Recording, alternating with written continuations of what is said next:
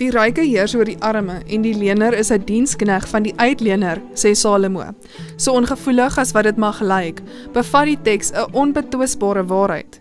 God bied verskeie riglyne vir algemene vryheid, insluitend daardie wat betref die finansiële aspek van ons lewens.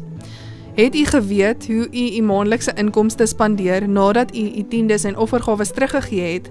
Indien u nie geweet het nie, mag u een van daardie wees wat dikwels al wat hulle het spandeer en nie kan leef met die beskikbare finansiële hulpbronne nie.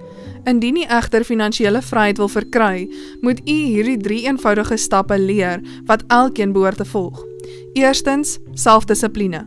Plaas al die uitgawes onder die noukeurige ondersoek van Jesus, die ware eienaar. Onthou dat u sy bestuurder of rentmeester is, nie die eienaar nie. Sou Jesus daardie item gekoop het, of sou hy daardie uitgawepatroon goedgekeur het?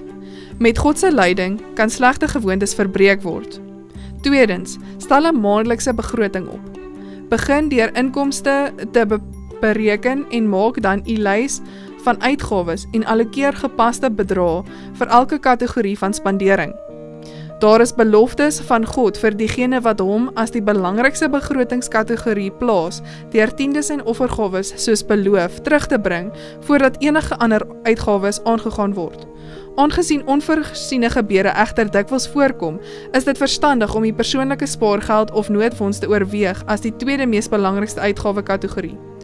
Daarom, nadat God eerste gestel is, allokeer ten minste nog 10% van die inkomste vir spaargeld of 'n noodfonds. Indien u nie vir u geld sê waarom te gaan nie, sal u aanhou om jouself te vra waarheen dit gegaan het. Elke aankoop moet dus in gebed oorweeg word in die lig van die begroting wat geen plek laat vir impulsiewe aankope nie. Derdens, wees verantwoordbaar aan iemand anders vir u begroting. 2 is beter as 1, omdat hulle 'n goeie beloning vir hulle arbeid het, want indien hulle val, sal een sy maat optel, maar wee hom wie alleen is, wanneer hy val, want hy het niemand om hom te help nie. Indien u aan iemand anders verantwoordbaar is, sal u meer geneig wees om versigtig te wees in wat u gewoonweg spandeer. Vandag, wanneer u die tiendes en gereelde en sistematiese offergawe soos beloof teruggee, vra God vir sy wysheid en leiding in alle aspekte van u finansiële lewe.